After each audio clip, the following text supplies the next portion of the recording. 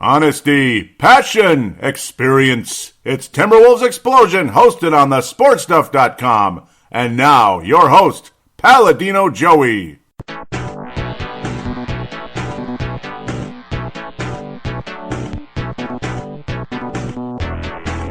Hello again, Timberwolves fans. Are you ready for the explosion of Timberwolves basketball?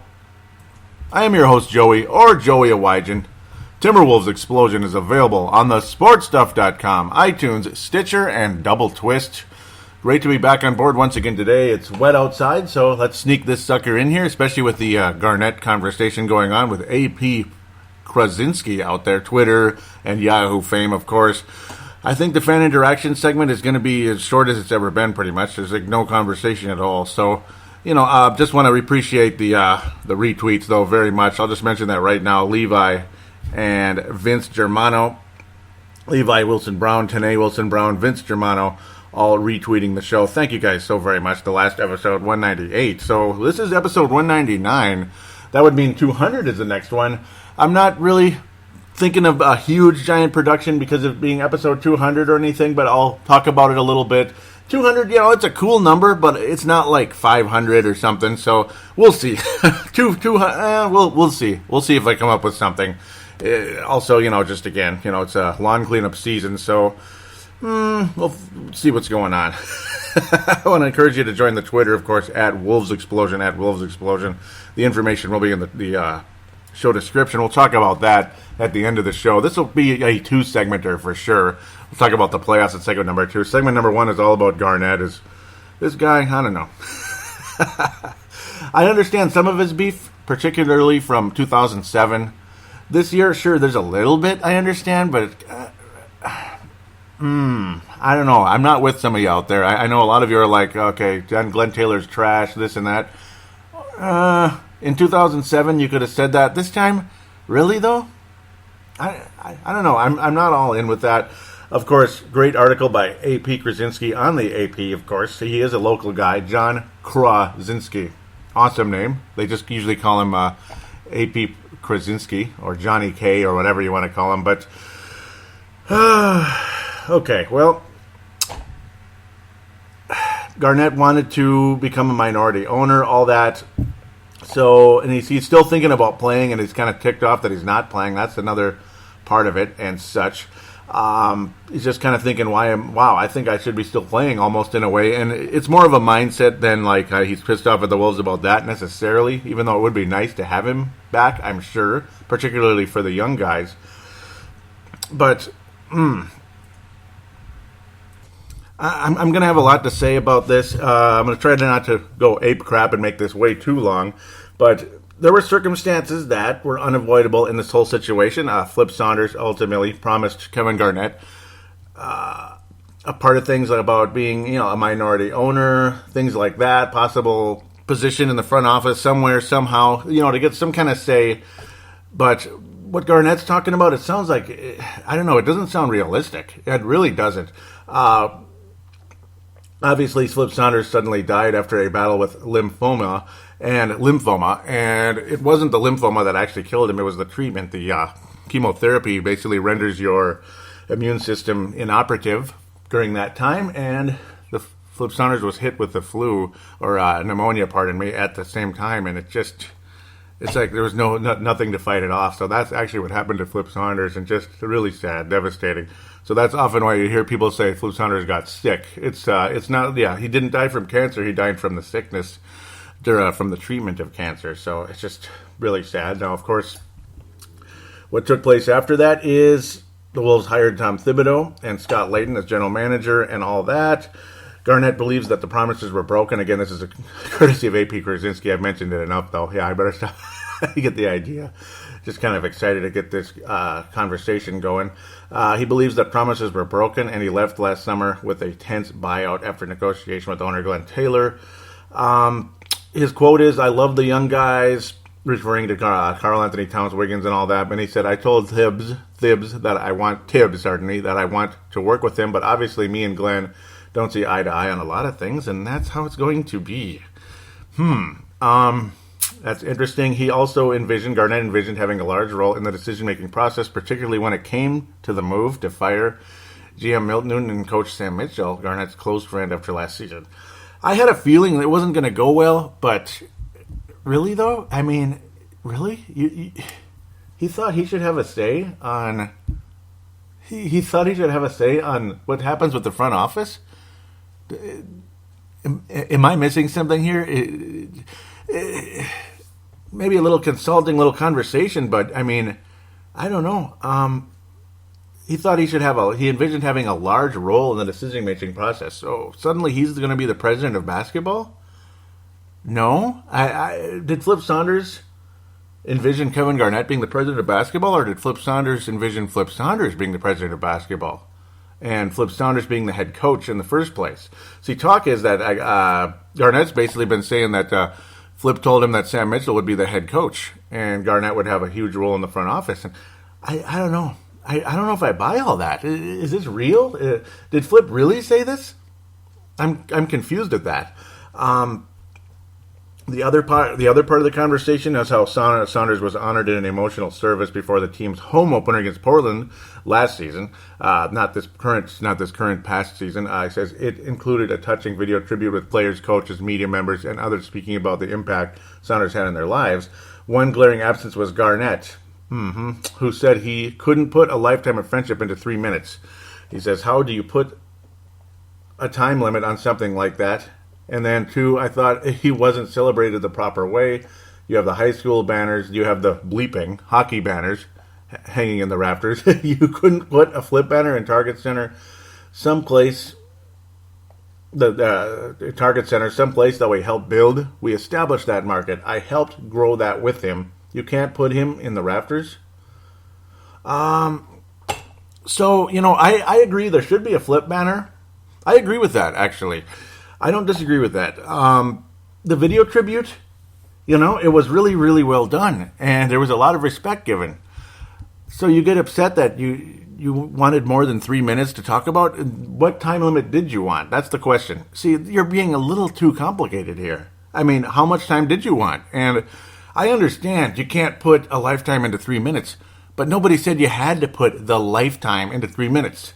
Just honor the guy, for Pete's sake. Don't get pissed off and then completely diss the entire thing. Now, see, do you see the flaw here that I'm seeing? I mean, you had no part in the video at all. Okay, what is that doing? What does that prove? Does that prove anything to you? Because I'm missing the point here. Really, really, Kevin, really? Okay. So he said, I just had problems with how they were shoving this all down our throats. Shoving what down your throats? The young guys, they weren't invested enough to really understand what was going on. I chose to be mute, to be professional and keep all the negative energy down. There was a bigger message I wanted to tell, but I supported it and just kept my mouth shut. Again, I'm not 100% sure what he's talking about there. I really don't know, other than, okay, I understand the young guys don't really understand Flip. They don't really understand what was put together here in the past. Sure, I understand that part of it. Shoving what down our throats, though? I'm not sure about what he means by that. Seems like you're shoving this down our throats, Kevin. I don't know. Shoving your bitterness to the organization down our throats. I mean, He says he wants the Timberwolves all the best. He talks to Kat, some of the young guys, all the time. Hope they can find a special place in commemorating Flip and celebrating him properly. Okay, I mean, I'm not, I'm not against commemorating Flip at all. God bless him. I do think there should be a Flip Saunders banner in the rafters. There should be. I say get that done. I'm completely in agreement with that conversation. There's AP Krawczynski continuing, saying it remains unclear what Garnett was promised. The league rules did prevent Taylor from negotiating any type of ownership stakes with Garnett while he was still playing, and the relationship was already frayed from Garnett's first exit in 2007. This is where it gets interesting, when he was traded to Boston. So the bulk of the conversation occurred between Garnett and Saunders, whom Garnett trusted like few others. See, again, a little bit too much. Taylor signed off on the $8.5 million a year or so, $8.25 million a year. in the last 2 years for Garnett there. He was 16.5 overall, 39 years old at the time. That's a lot of money, I mean, it's not bad to give to somebody who's, obviously much more of a assistant coach, I would have to say, than a player. But, okay, I mean, sure, it's a respect thing, this and that, but I don't know, and you can't put a value on this and that. I think some of you are overrating that a little bit, even though, okay, his presence is very much helpful, especially defensively. It would have helped a lot. But, again, don't go crazy with that all the time. I'm not saying I want him gone, but don't go crazy on saying let's give him give him whatever he wants just to be basically around. So that's right. There's a gray area with that as far as I'm concerned. I'm going to talk about the 2007 exit first, when Glen Taylor accused Kevin Garnett of tanking. Now, this is where Glen Taylor dropped the ball. See, I mean, I'm not a Glen Taylor apologist, but at the same time, I'm not a Garnett apologist. And Glen Taylor, I'll come back to. I was going to go into what the 2016 situation with bringing in Thibodeau. I'll go to that next. But in 2007, when he dropped the ball saying Garnett was tanking, Garnett never tanked. Okay, Garnett was not a go-to guy. That whole point is Garnett was not a go-to guy for this team. He's not a number one scoring option, but he did a lot of little things and he did a lot of big things defensively. He was still a very capable scorer, but was not the guy offensively. No, he's not the guy you give the ball at the end of the game. Sometimes okay, but not all the time. And he'd often give the ball up to the Dean Garretts and Anthony Peelers of the world, which would drive anybody insane if you're a true fan of this game of basketball. Now, again, the dropping the ball and accusing Garnett of tanking, that's way off base. Accusing Garnett of not wanting to be the number one scorer down the stretch of the games would be 100% accurate because I saw it happen 4 years in a row, every game I watched, pretty much. It is what it is. Sometimes he'd be the guy, but not often enough, not very often. And, it's because that's just not who he is. Some people, that's not who they are because he did all this other stuff. It's like, okay, sure, Defensive Player of the Year or candidate for it. 20, 10, 5, this and that, an overall two-way type of guy. Sure, multifaceted. But again, to accuse him of tanking is flat wrong. Garnett gave his effort every single night, and I will 100% stand by that as a season ticket holder again. Garnett did not dog it ever. In the preseason, he took it easy because you're supposed to take it easy in the preseason when you're getting paid, $24 million a year. Because if he went down with a broken ankle or something, the season's messed up pretty bad. I won't say it's over, but it's damaged, severely damaged. Unless he went down to the ACL, then the season is over.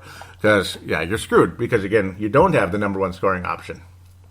If I was Glen Taylor or Kevin McHale, but particularly Glen Taylor, if you're going to say something, I would have 3 points to make with Garnett.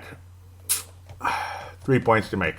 Well, and at the same time as well, like I said, all the way back on my very first episode, back when Glen Taylor was talking and he did not mention Garnett tanking, I don't believe that was the article in the Star Tribune. The very first episode of Timberwolves Explosion, which is now available on iTunes. I don't know if Dylan Richardson did this or if just Hipcast did this, but every single episode in the history of Timberwolves Explosion is now on iTunes. From $1.99 to $1. Can you believe that? Isn't that cool? This is $1.99, of course. Duh. That's cool. So you could listen back to that. And I said the same point at the time when Garnett had been traded a year ago. They should have brought in, I would have aggressively pursued bringing in a number one scoring option at best possible. I mean, you got to try somehow, some way to get through trade, particularly free agency, whatever, if humanly possible, free agency. That's the other problem with Garnett was the stupid salary cap problem. Again, that's another point I'm going to get to at some point down the road here. But the situation there is, during the course of Garnett's time on this team, you needed a number one scoring option or at least a fourth quarter, killer, which you did have with Sam Cassell for 1 year. It should have been longer than 1 year, but it was 1 year. The second year, his attitude went down the tank, which was not cool. Spreewell was just, don't even start. Didn't even belong in the league anymore with that attitude. But the Timberwolves should have pursued a number one scoring option. It's like, okay, Kevin, we understand you're the best player on the team, but we need a guy to help you out who can, who could carry the scoring load a bit more than you. So you're not counted on to do literally everything. So there you go. Now you got yourself a great team, and that's why the Wolves had their great season in 03-04. They won 58 games. They could have won 65 the way they were going, if not for a cold stretch going on in the later stages of that season. It was too bad, kind of like the Wild, like in March, like the Wild this year. Best season in the franchise history by a mile for the Wolves, and the Wild's slightly best season. It could have been by a mile, but again, the March swoon is what hurt both of these clubs. But yes, to have that number one scoring option, or at least a clutch guy for the fourth quarter, who can really, really help this team, which Marbury was supposed to be in the get-go. He would have been a higher scorer than Garnett. Then there you go. That's the perfect combination. But when it got to that point, 2007, Kevin Garnett was 31 years old already. There's 3 points here. You don't go on and tell Garnett he's tanking, because that was that's the last thing you tell Kevin Garnett, is that he's tanking. It's like he's saying, screw this, I don't care. Let's get a draft pick. I'm sure he would have liked a nice draft pick if McHale was a little better at drafting, but that didn't help either. All three of those guys are at fault for different things. Garnett's contract hurt the team in a big way, and that's finally leading to the 3 major points here that I would consult Kevin Garnett about in the 2007 trade for Al Jefferson or whoever, Al Horford, if we traded with the Hawks, or God knows after that. Kevin, this team is plateauing right now. I don't see this team getting better, getting good enough with the way things are going, until you're too old to really be the guy, to be the guy anymore. And do you really want to spend the next 5 or 6 years here hoping this team develops into something special? And then you're too old and you're struggling out there and you're frustrated. And again, there's no guarantee that this team will ever get to the level we want it to. And again, then you're too old, kind of like Patrick Ewing with the Knicks, this and that. And then it's just a big bummer.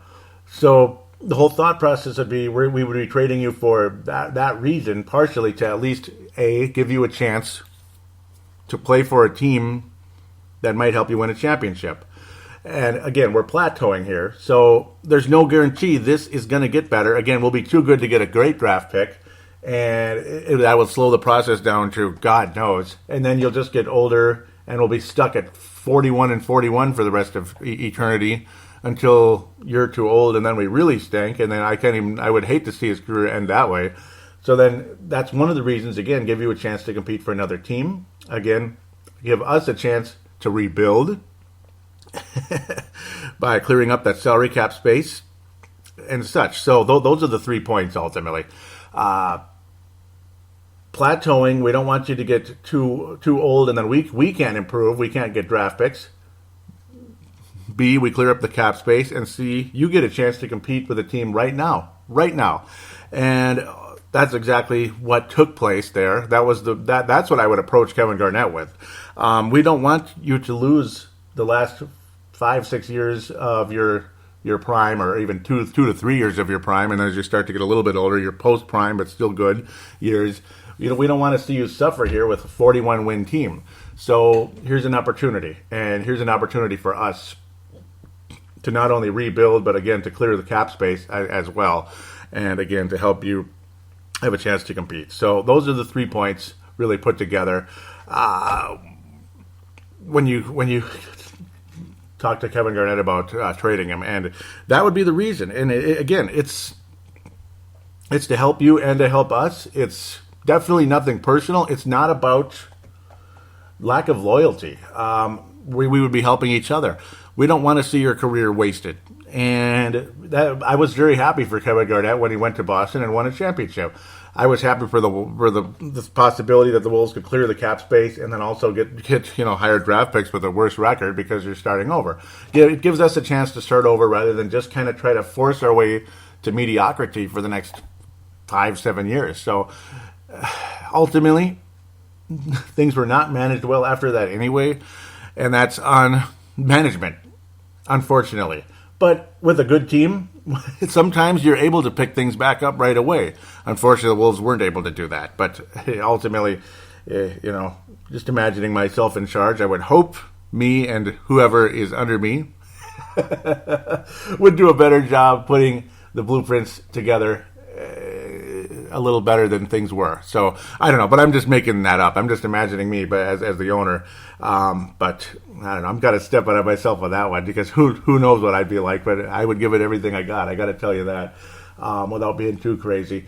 But that would have been my approach. Not about he was tanking and this and that. I wouldn't say any of that. I would say thank you very much for the effort you've brought this team. If I secretly think Kevin Garnett's a pain in the ass behind the scenes, I'll just keep that to myself. Maybe say that to whoever, but not to his face, not to the media. Whatever. If he was quote unquote tanking, maybe because he didn't want to get hurt, and maybe because it was obviously again it looked like the team was tanking when Mark Madsen's jacking up 3-pointers at the end of the game, so we could make sure we don't be too high and end up giving the Clippers the protected pick, which we then used on, what was it, Rashad McCants anyway. Ooh, Rashad McCants. Or was it Randy Foye? Ooh. None of those worked out too great. But it is what it is. So kind of point made there about 2007. Give Garnett a chance to go to a competitive team, give us a chance to clear our salary cap, give us a chance to rebuild and start over from scratch. And we wish better management than it ended up being, as we're still rebuilding. And I think Flip Saunders got it right. Unfortunately, his death was completely unexpected, which you would hope would be for a guy who was only 60 years old. And unfortunately, things went the way they have. Glen Taylor had, as we come back to forward up to 2016-17, Glen Taylor had to be aggressive to bring in a face of the franchise as a coach, as a president of basketball operations.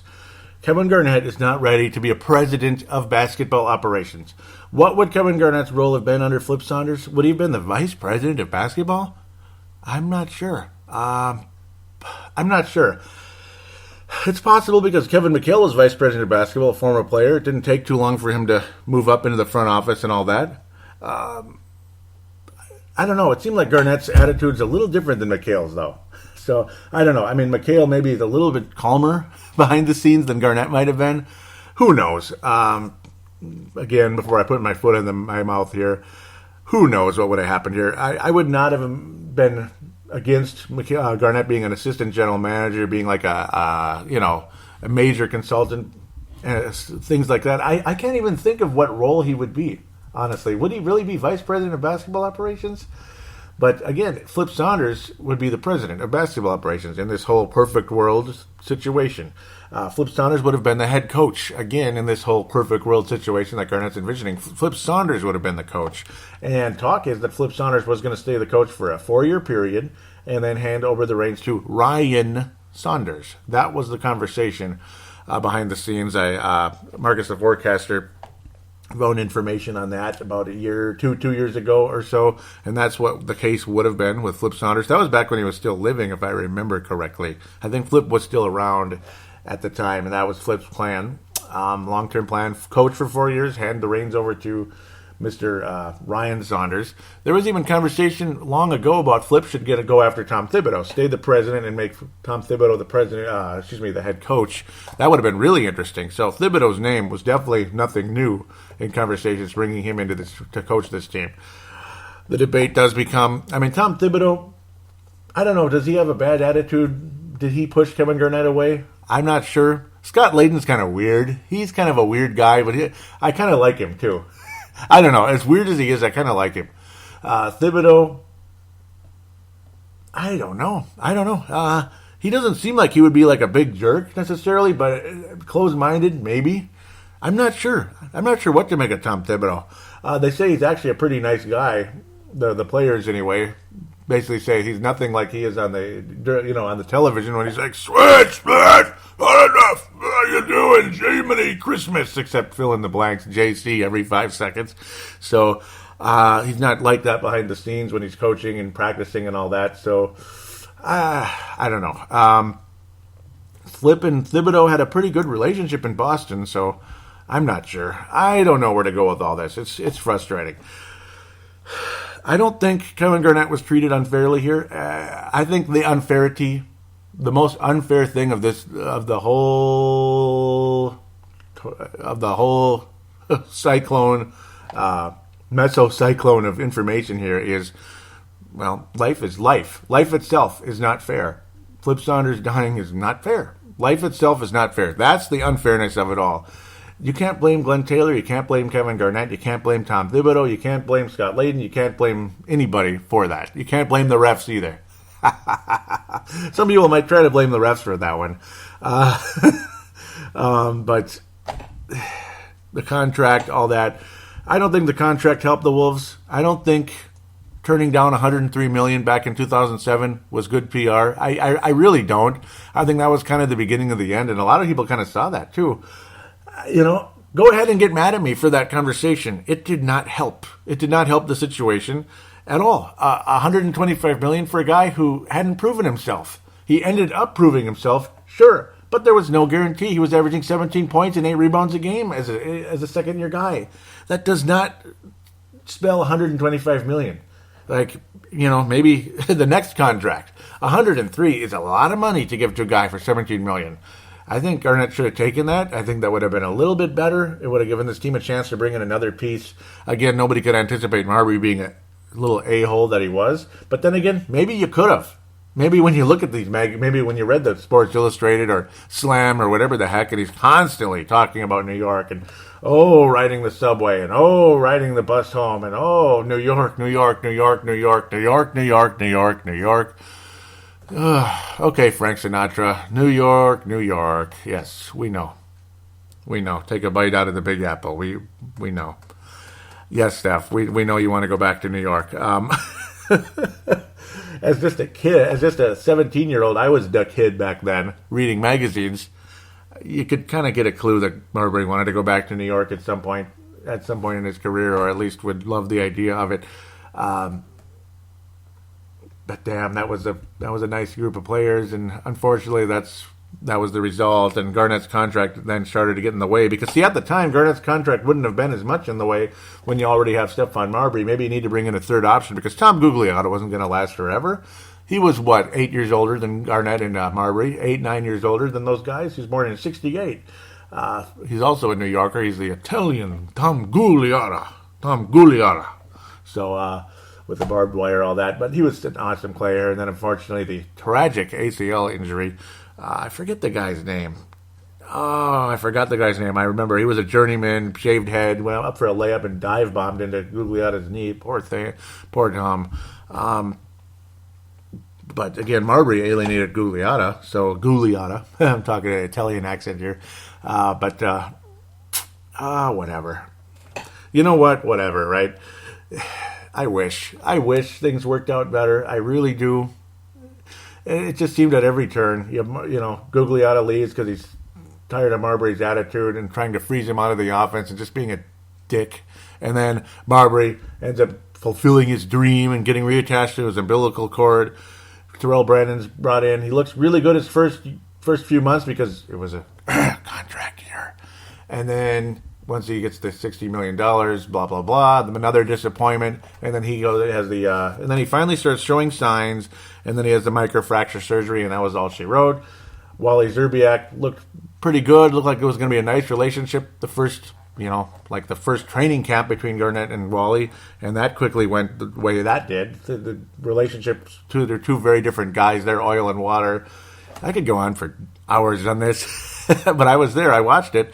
I watched the relationship in the early stages. I was at the public scrimmage. They looked like they got along really well. And then again, it just kind of went the way it did. Wally wanted the ball more often. Wally seemed to think he was more of a player than he was. He could have been a Klay Thompson. I mean, you don't have to have the ball, dribble, pound it, and dive to the basket to be a star player in this league. Klay Thompson has proven that so beautifully with the Golden State Warriors. As much as I hate that team, I like Klay Thompson actually a little bit. So, oh man, it pains me saying that, but I kind of like him, and I kind of like the role he plays. Catch and shoot. Why didn't Wally do that? Maybe Garnett and Wally would have had a better relationship then, and Wally would have got the ball, and he would have put it up, and he would have sank it. Catch and shoot's high percentage, not driving to the basket, trying to do spin moves when you're like, you're not Stephon Marbury, so it might not work out quite the same. Maybe, I don't know, the ball handling not quite at Marbury's level either. So, The speed and the ball handling, not quite in the same department. Stupid. So Garnett, yes, he went through a lot of disappointments. He went through that. The team didn't get better, and then you finally bring in Cassell and Treewell. That's just a freaking awesome year. Then Cassell's back goes out. Another disappointment there. You just can't get past the Lakers, and Kobe's laughing his ass off and calling Garnett PAB, punk ass blank. Okay, all those words behind the scenes when he was shooting free throws. Garnett was. That was kind of a funny YouTube video. And then the massive disappointment came in where it was over. I mean, it was over. Wally was gone. Another stupid trade there. Just stupid trade. Not that Wally was a good player. Not that Wally was a superstar, but it's a stupid trade. Stupid trade.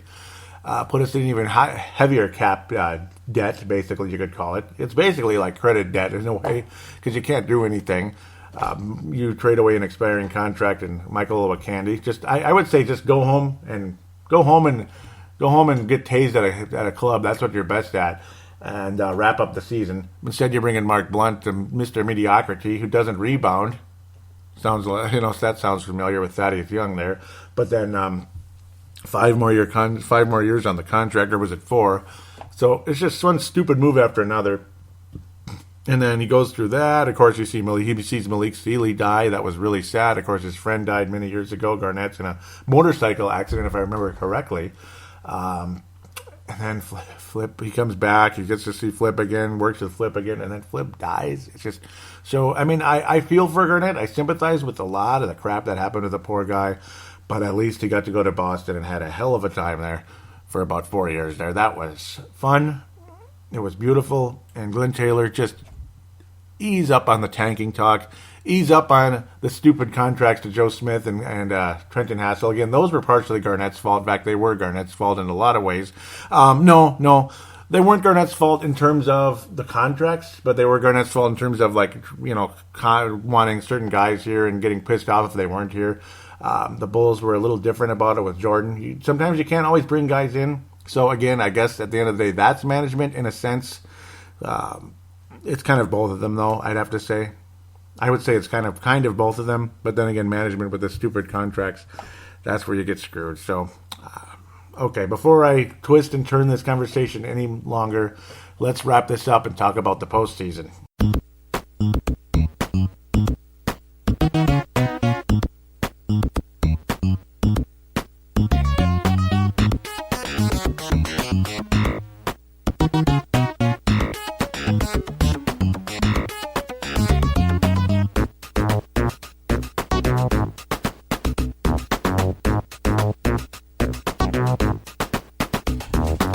We are back here on Timberwolves Explosion. Again, the fan interaction looks like it's on hold. Hopefully we'll get some conversation from those of you out there. Comment about the Garnett article. We'll talk about that in the next episode then, as long as there's some fan interaction. Facebook and Twitter, I'll wrap up the show with that a bit. But first of all, let's talk about that postseason. Let's get to it. Golden State is up 2-0 on Portland. Whatever. Sucks. Portland not showing as much resistance. And it's just kind of like last year in a sense. Eastern Conference, I think, is more interesting at this stage. Houston looking good against OKC so far, but Mr. Westbrook with his 50 points and his triple-double and such in the second game. The first game, again, stupid shot attempts and frustrating to watch. And go ahead and get mad at me for saying that. Sometimes you got to just tell it like it is. Just stupid shot attempts, and that's kind of who Westbrook is. He's not the best guy in the world when it comes to shot attempts.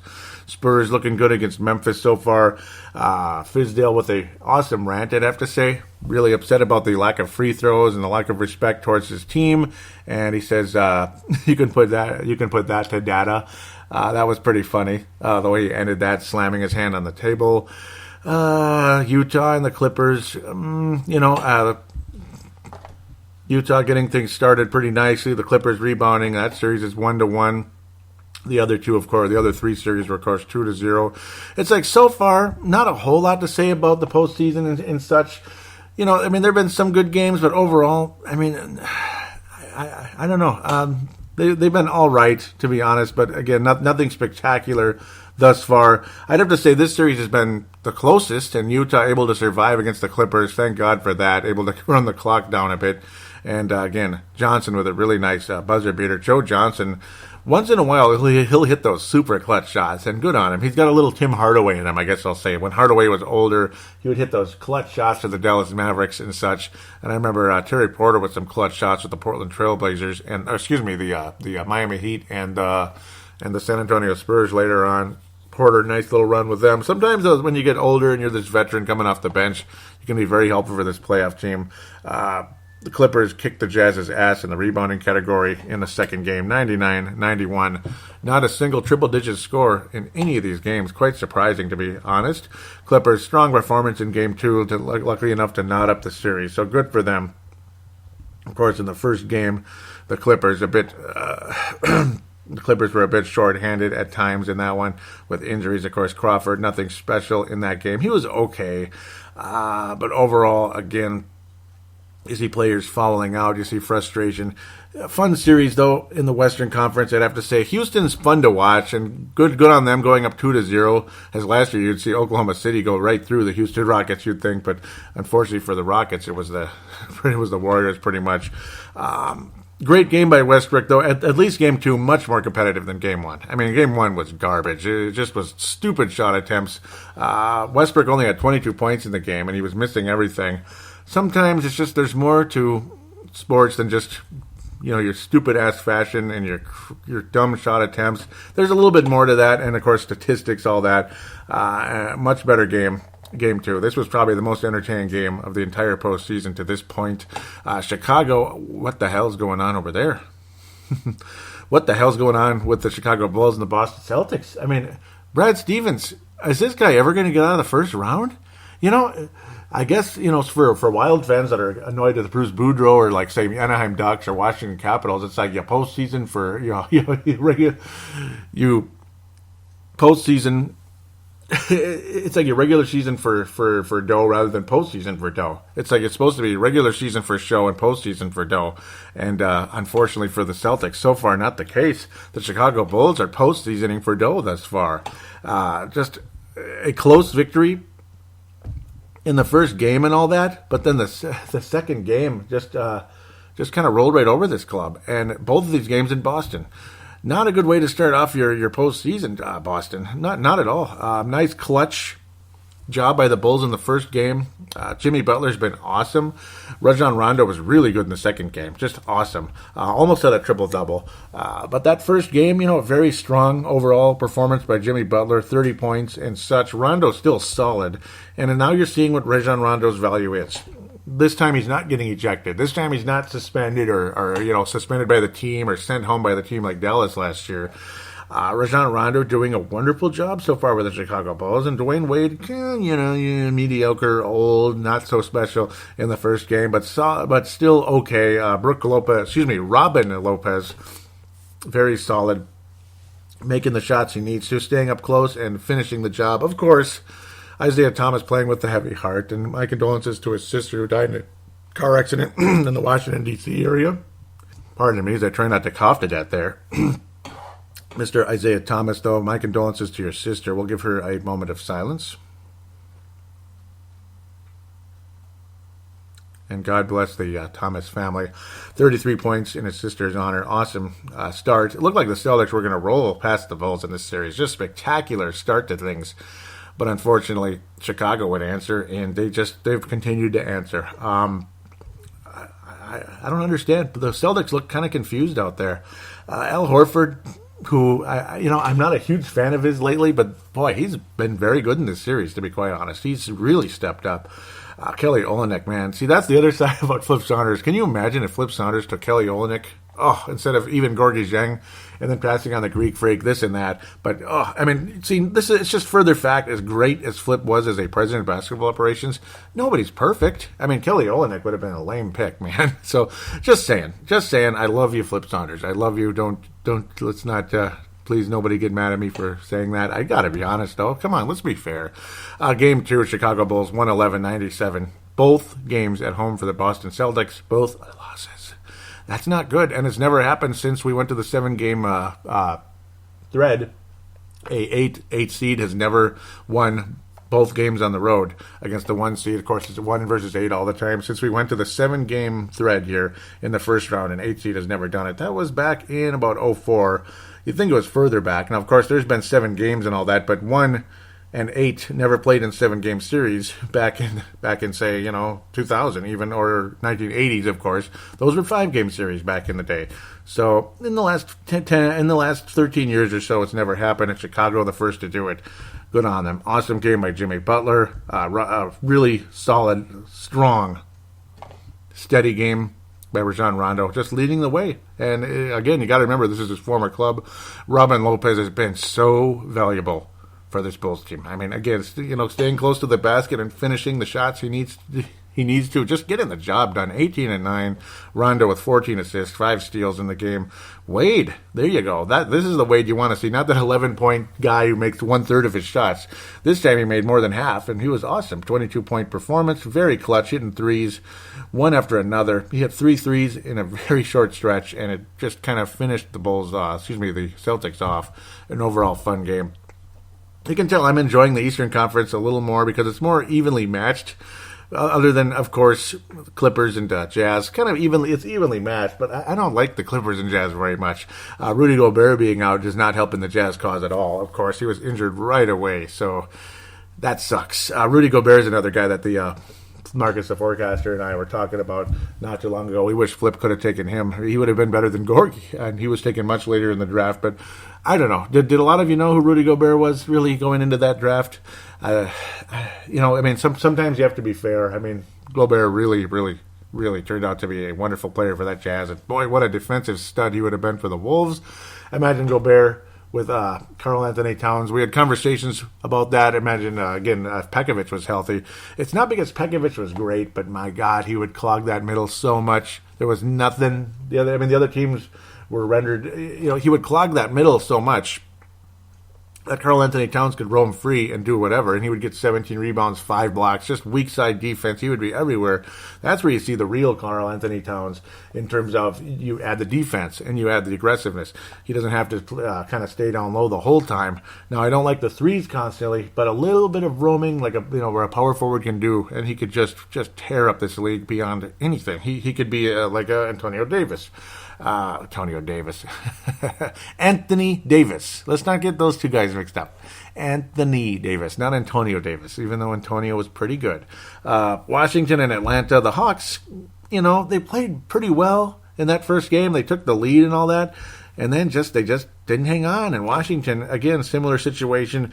Bradley Beal and John Wall just getting the job done, and the Washington Bullets / Wizards / whatever they are, / Timberwolves logo. I mean, you look at that basketball, it's the same logo. It's the same logo, it's just a different angle, that's all. You got the star in the middle, you got the same exact look. It's the same thing. Do you not see the plagiarism going on by the Wolves here just a little bit? It's probably the same organization that did the logo. I wouldn't doubt it. Even have the circular Washington Wizards, just like Minnesota Timberwolves, the whole stock circular look.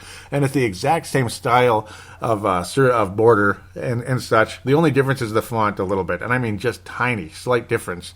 It's the same logo, dude. Come on now. It's the same logo. What is this, the AHL, the American Hockey League? Even that's better. Even the AHL logos are better than that. Washington Wizards and Timberwolves logos. I love the color scheme for the Wolves. I even like the Wizards' new color scheme versus that stupid garbage they had for so long. I like that they have the Washington Bullets look to their uniforms again. Still not as good as it was, but it's better. But the design kind of stock. Whatever. I love Atlanta's uniforms. How can you not love them? But again, the Hawks losing a couple of close games in Washington. Unfortunately for them, they're down 2-0 already. That sucks. And I do think the Wizards will advance. And boy, the Wizards might go to the Eastern Conference Finals. Did you see that coming? I mean, what an easy bracket. Unless the Bulls go to the Eastern Conference Finals. Celtics are going to have to wake up and shock the world here. They're going to have to just be phenomenal. And I think Chicago wins Game 3, which is really bad news for Brad Stevens. I mean, what the hell? An awesome coach, and then he's never gotten out of the first round. Couldn't get past the Hawks last year. Got beat the hell out of by the Cleveland Cavaliers the year before, despite injuring Kevin Love. Thank you, Kelly Olynyk. And that was all she wrote there. Toronto, Milwaukee, go Bucks, eh? go Bucks. They're hanging in there, 1-1. Good for them. They actually won the first game on the road. Nice, strong defense.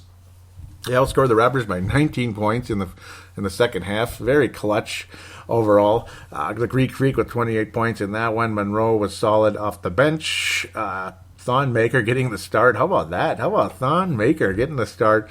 Kind of a Garnett role, about 15 minutes. Again, Garnett when he's, 40 years old, starting but playing limited minutes in the game.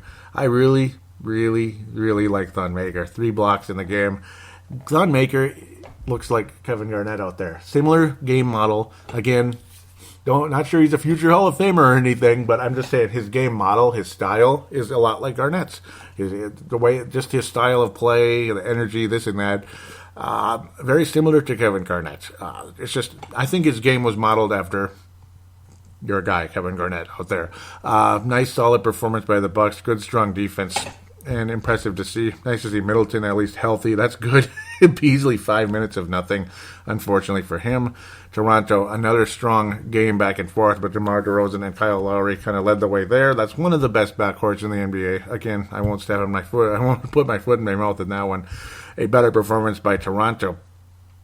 You always think of Toronto being the defensive club with Mr. Dwayne Casey as the coach, but in this case, they had to score more to beat the Bucks rather than play a super strong defense. They kept the Bucks to 97. This time the Bucks 100, so it's not that big of a difference. But Toronto's offense woke up a very, very capable offense.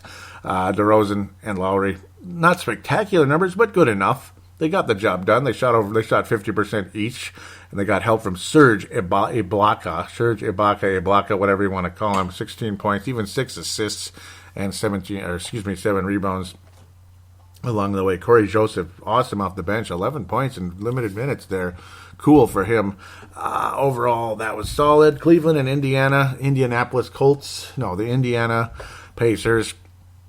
Mr. Stevenson out there kind of being what he is, kind of crazy, kind of wild. Paul George, forecaster ranting about him, calling him an asshole for taking a stupid shot down the stretch. Strong game for Paul George, but didn't get the job done when it mattered, unfortunately for him. A 1-point victory for Cleveland. Again, I think Cleveland's going to be, Indiana, definitely a threat to the Pacers, without a doubt, in this series. LeBron James, though, pretty strong so far. Nice to see him waking up, getting back to what you know he is. And, of course, the Cleveland Cavaliers taking a 2-0 lead. The big three there for Cleveland, almost 9, scored 89 points in that second game. That was pretty damn impressive, to be quite honest. Overall, just a awesome game by the Cleveland Cavaliers. Again, 89 points between that big three there. Paul George, another huge night, 32 points. Kept the Pacers in it the whole night, but boy, Kyrie Irving, 37 points, just scorching the net. Almost 60% from the floor. What a night for Kyrie Irving. 4 of 10 from three-point range. That's the only reason his field goal percentage is below 60. Kevin Love, wow, awesome. I mean, he only attempted 7 shots, still managed to get 27 points, and he made all of his free throws. That is pretty freaking cool for Kevin Love anyway. Overall, strong game by these guys, and good job to the Cavs at least taking a 2-0 lead. They're lucky to have it because they almost blew that first game, to be quite honest with you. So that's pretty much all she wrote for the postseason at this stage. Let's wrap this show up. We'll have more to talk about the postseason as it gets more and more interesting in that Western Conference. The second round is going to be a lot better than the first, I got to say. The Eastern Conference it's just more interesting right now. And again, the West is going to get real interesting come second round, especially Houston and San Antonio. The Eastern Conference, I like the Eastern Conference. I kind of wish the Wolves were over there, and Flip always wanted the Wolves over there too. Would have been kind of fun with the Pacers, Bulls, Bucks. Would have been kind of closer rivals instead of Portland and such. That's kind of far away. I don't know, and I hate Portland anyway. So. Oh, boy. Well. Again, not really anything in the fan interaction. Just want to appreciate the retweets from Tanae and Levi Wilson-Brown, Vince Germano. Thank you guys so much. Again, the next episode will be episode 200. Maybe I'll reminisce a teeny tiny bit. And, of course, really cool. Do check out the old shows. For those of you curious how me and Marcus used to sound years ago, episode number 2. You can go all the way back to episode number 2. The audio sucked the first year or so for Timberwolves Explosion. But by August 2009, That's when I got the new, like a real microphone rather than a cheap little thing, and the audio improved dramatically after that. Of course, also, Marcus the Forecaster kind enough to help me out with a extremely good sound card at the time. That was awesome. Got things rolling in a good direction. But every single episode on there, check out State of the Timberwolves 2010. If you just want something classic, you want to hear me and Marcus at our absolute best years ago. State of the Timberwolves 2010. That was episode 58. So, yeah, literally 58. So, look that up. It's so much fun. Awesome conversation there. So many good episodes with me and Marcus in the past. Hope to get him back again. No conversation from him yet about what Garnett had to say. Hopefully by the next episode, which could be in a couple of days for all we know, we'll conversate with those of you out there in fan interaction, get a little more conversation with you guys. How to get there? Well, that's facebook.com/Timberwolves Explosion, facebook.com/Timberwolves Explosion. For Twitter, it's at Wolves Explosion because Timberwolves doesn't fit. Give that a follow, give the Facebook page a like. And after that, it's Flip's Army. Look up Flip's Army, conversate on there, maybe talk about Garnett. I'm sure you're going to get, if you're on my side of things, you might get a little backlash from people on there. But you know what? That's called conversation. Whatever.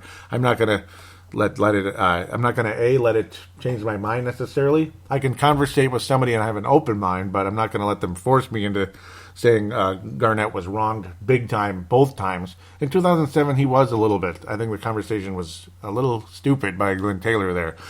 Second time around, whatever. I mean, life's not fair. It's really not. There's nothing fair about it. But yeah, look up Flip's Army. I'm changing the conversation here. Flip's Army, look that up on there. Trevor Wickerin, the founder of that page, kind enough to let me post on the page links to Timberwolves Explosion. Thank you very much. Give that a like and follow as well. The phone lines, 209-736-7877, 209-736-7877. It is a voicemail. Do treat it as such. Mention you're calling in for Timberwolves Explosion. Do your statement, shout out, comment, question, and opine. Your voice will be on with mine. Pun not intended, but whatever. It worked great. Multiple ways to get on. There's the Call Now button, which transfers you to the same number via Facebook Messenger, 100% free regardless where you're from in the planet. If you're from Mars, well, as long as you have Wi-Fi connection, you'll still get in. So hop on board, Marvin Martian, hop on board, call in the Timberwolves Explosion. Kevin Garnett, Joey, you're kind of wrong with this one. So, yeah, over in Mars, we love the Timberwolves, yes. So, yes, Marvin, you're more than welcome to call in. I know Marvin listens, so please call in if you could, anytime. Just use the Call Now button, or you could even send an audio submission. Again, as long as you have Wi-Fi. Audacity, you could go that route with your podcasting microphone if you're a podcaster out there. Or, of course, there's the free audio recorder on any smart device, iPad, iPhone, Android, Samsung tablet, whatever the hell it is. They're always free on there. You can keep it to anywhere from, there's no limit on it, but please don't make it like an hour long or anything. But it's fun. You can go up to 5 minutes or so. And if it's a premium episode like State of the Timberwolves or something, you could make it longer, particularly Tene Brown's got the green light. Vince Germano, Hank McCoy, you guys all have the green light for that. Marcus the Forecaster has the green light too if he ever calls in. Or just kind of submits audio, that type of thing. Email it to paladinolive@yahoo.com, paladinolive@yahoo.com. All this information will be in the show description. Final thing, please do give Timberwolves Explosion a positive rating on iTunes. I greatly appreciate it just so much. Please give us a positive rating on iTunes. I will give you a big thank you on air. And there you go. Thanks again, guys. We'll be back next week. Please don't hate me for what I said about Garnett. I got to be honest. I got to give you the full story, the full honesty. And you're welcome to your opinion. I'm not going to hate you. I mean, again, especially in 2007, yeah, you get the idea. Glen Taylor was wrong. This time around, maybe it could have been handled a little bit smoother, but that's about as far as I'm going to go. Until next time, I'm going to wish you all a nice spring. Keep it coming. Hopefully, a week or less we'll be back on the air. Maybe 2 weeks tops.